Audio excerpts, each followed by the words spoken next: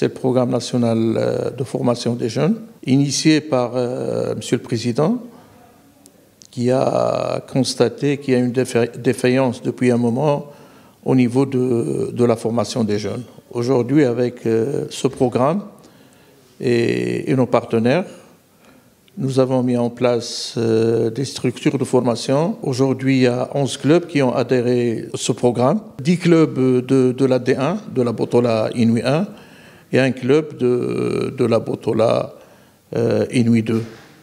Alors, le programme, c'est un programme sport-études qui va permettre aux jeunes de concilier entre la scolarité et la pratique du football. Bien entendu, c'est des jeunes élites âgés de 13 à 18 ans, avec un encadrement qualifié, de qualité.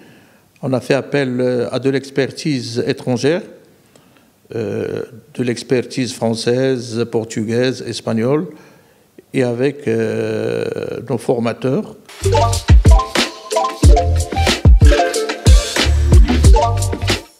Pour nous, c'est une chose qui est normale. À chaque fin de saison, il y a des opérations de détection qui se font au niveau de chaque club. Aujourd'hui, comme c'est le pilotage de la DTN, c'est la DTN qui va s'occuper de ces opérations de détection en allant dans les régions, repérer les meilleurs joueurs de la région et les placer dans un cadre de proximité dans les clubs qui sont partenaires et qui ont adhéré à ce projet. Prenons le cas du Grand Casablanca. L'année passée, on a fait une détection dès 2009-2008. On a rassemblé presque 64 joueurs qui ont fait l'objet d'une détection finale. Et à l'arrivée, on a sélectionné 34 joueurs qu'on a répartis sur les deux clubs.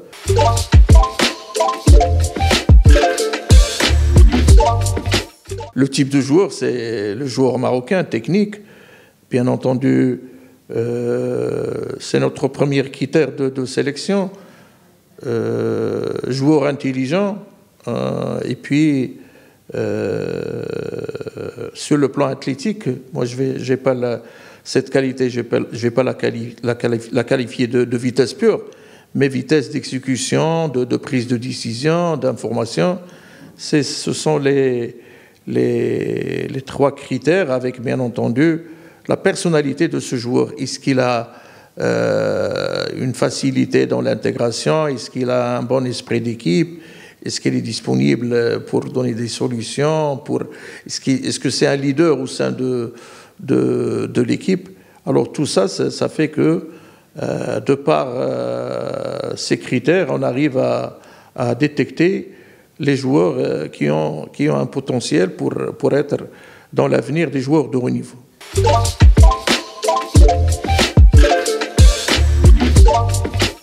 Pour moi, je ne le qualifie pas d'un mauvais caractère. C'est des joueurs qui ont un caractère spécial. C'est pas mauvais, mais c'est des joueurs qui sont capables de prendre leurs responsabilités, de prendre des décisions. C'est des joueurs qui n'ont pas besoin de cette assistance technique en permanence. Alors c'est ce qui fait la différence entre un joueur déterminant et un joueur, je dirais pas ordinaire, mais un joueur d'équipe.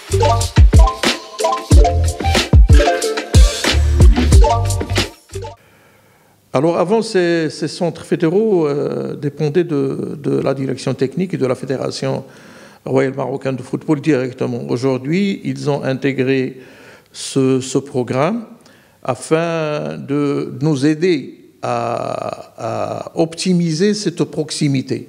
Parce qu'on s'est aperçu à la fin que les jeunes de certaines régions étaient obligés d'aller loin de ces régions, notamment dans les clubs. Mais là, de par l'utilisation de ces centres fédéraux, on va offrir la proximité, c'est-à-dire que les jeunes ne soient pas loin de leur famille, parce que ça compte beaucoup pour le développement de ces jeunes, et puis leur offrir des structures de qualité, des structures optimales de formation.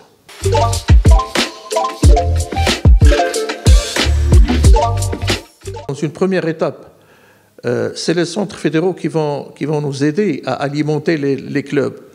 Mais par la suite, c'est les clubs qui vont alimenter ces centres parce qu'après, ça va être des centres d'excellence et qui seront dédiés aux sélections régionales. C'est-à-dire on aura des sélections régionales, des meilleurs de ces structures qui vont suivre le même processus, enfin le cursus de formation, mais avec dans des conditions meilleures, avec de la qualité, et puis par la suite alimenter les clubs, parce que le fait de les avoir toute la semaine, nous allons les libérer en fin de semaine pour jouer avec leurs clubs respectifs.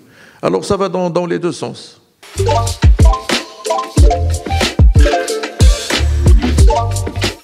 Ah oui, pourquoi pas, c'est toujours ouvert.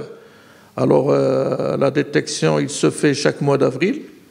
Alors et c'est pas figé et c'est pas limité, c'est-à-dire pour cette saison, on va commencer la détection à partir des 2013, qui sont des moins de 13 ans, mais on laisse toujours la porte ouverte aux moins de 18 ans. C'est un joueur qui vient d'une association ou d'un club amateur et qui est pétri de qualité, on va l'intégrer dans nos structures. Aucun problème.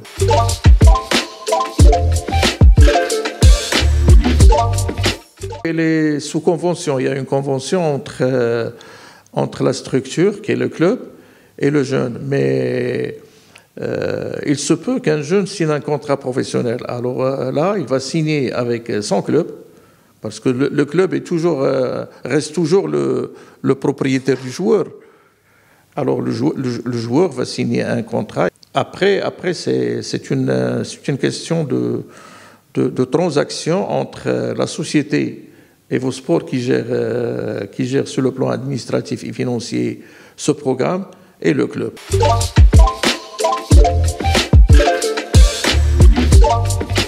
Non, la priorité reste au club. Après, c'est le club. Ça, c'est en fin de cursus de formation, c'est-à-dire après 18 ans. Si le club ne prend pas son joueur, parce qu'il est toujours prioritaire, et il y a un autre club acheteur, alors le joueur peut partir et le club va bénéficier du montant de transfert.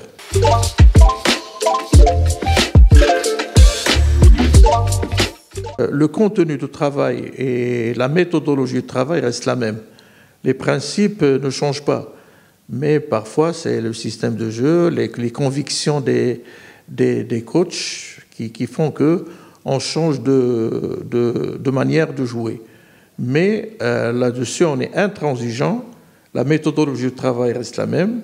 Les principes doivent être respectés pour qu'on puisse former des joueurs de haut niveau.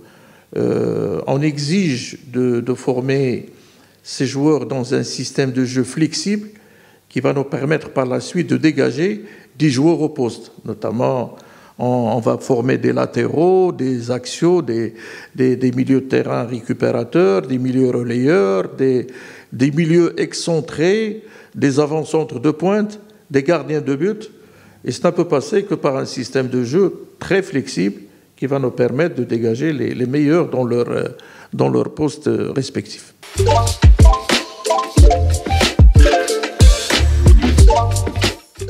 On est dans la transition et le jeu de position. C'est le choix aujourd'hui de la DTN, mais je reviens à ce que tu as soulevé tout à l'heure, c'est l'identité, l'ADN du club. Nous, on respecte l'ADN du club, notamment, là on parle du Raja, du WAC, mais on reste parce que les principes ne changeront jamais, mais on reste toujours dans notre méthodologie de travail, nos contenus et nos axes d'orientation technique, ce qui fait qu'on est dans la certitude de sortir à la fin du cursus de formation des joueurs de haut niveau.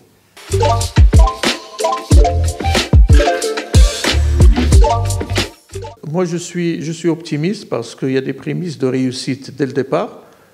Alors, le fait de faire une très bonne détection nous rassure déjà. Alors, de par notre petite expérience de l'année passée, alors à travers la petite opération que nous avons effectuée avec le Raja El-Ouak, nous avons dégagé 3 joueurs qui sont aujourd'hui au sein de l'équipe nationale U17.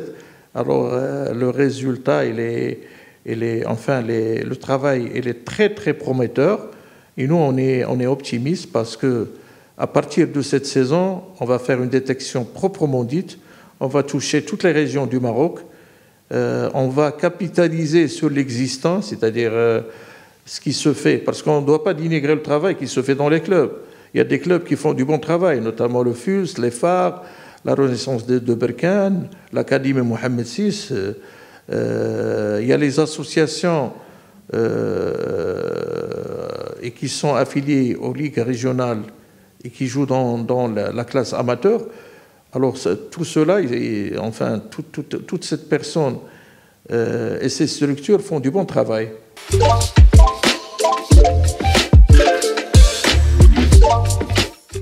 Il faut suivre la technologie quand même et les nouveautés de la science. Nous, on est plus aujourd'hui dans la performance.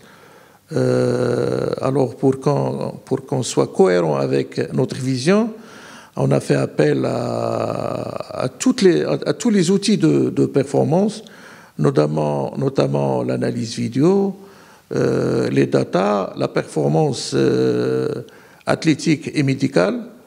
Aujourd'hui, toutes les structures vont bénéficier de ces outils, et ce qui va nous garantir la sortie de joueurs de haut niveau.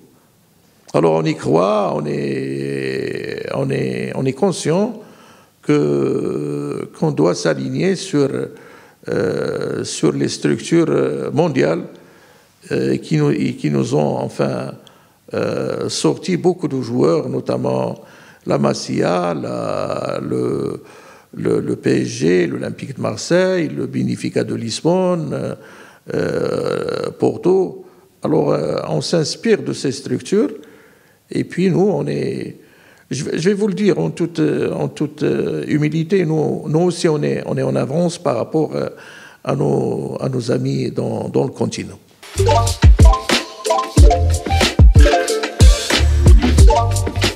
Le fait de faire appel à de l'expertise étrangère était dans ce sens, c'est-à-dire veiller au bon fonctionnement des centres de formation, former des joueurs de haut niveau et former aussi nos formateurs.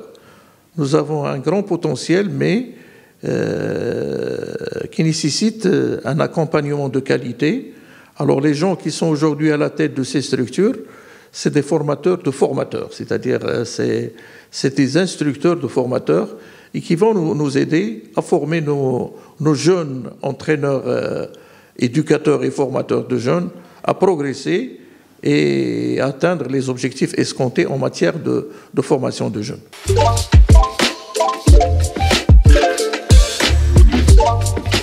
L'intérêt que nous portons aujourd'hui aux gardiens de but était le même, sauf qu'aujourd'hui, avec plus de technologie, avec plus de méthodologie, aujourd'hui nous avons mis une structure ou un pôle spécialisé dans la formation des gardiens de but et aussi la formation des entraîneurs de gardiens de but. Nous allons aussi capitaliser sur le travail qui se fait dans l'Académie Mohamed VI, dans les 3 structures nationales, notamment l'AISFAR, Berkane et FUS, parce qu'ils ont de très bons formateurs de gardiens de but. Mais aujourd'hui, on n'est pas inquiet pour ce secteur. Nous avons au sein des équipes nationales plus que 30 gardiens de but. Nous avons des gardiens de but jeunes. Et puis, ce qui va nous permettre de travailler dans la sérénité, c'est d'avoir dans l'équipe nationale des grands gardiens de but.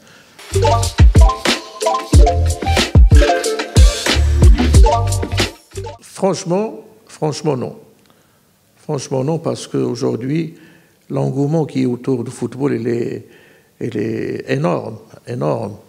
Aujourd'hui, excusez-moi, je vais le dire en toute honnêteté, les jeunes au sein de leur famille, pour aller à l'école, ils exigent qu'ils aillent faire du sport, et notamment le football. Mais nous, on va veiller à ce qu'il y ait un équilibre entre la scolarité et le sportif.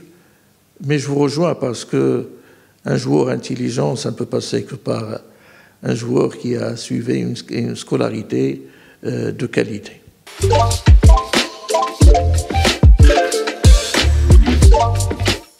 Alors, pour répondre à ces échecs, il y a des alternatives qui sont mises en place, comme je vous ai dit, notamment par l'OCP, par EvoSport, par la Fondation Mohamed VI de la Santé.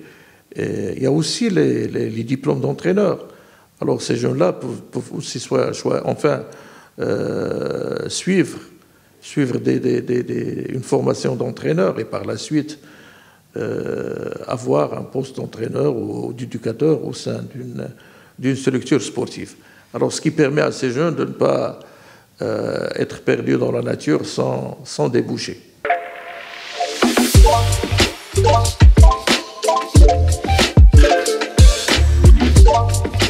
C'est l'objectif aujourd'hui d'attendre des joueurs du programme arriver à jouer, à nous représenter pendant cette Coupe du Monde 2030. Mais pour vous dire un pourcentage, je ne suis pas sûr parce qu'il ne faut pas oublier les binationaux. Les binationaux aussi, c'est des Marocains, on est fiers de les avoir. Mais ça reste une question de concurrence. Mais ce que je peux vous assurer, c'est qu'il y aura du 50-50. Alors, on est confiant, et même pour les équipes nationales de jeunes, il y aura des équipes nationales de jeunes aussi constituées de joueurs locaux, Inch'Allah.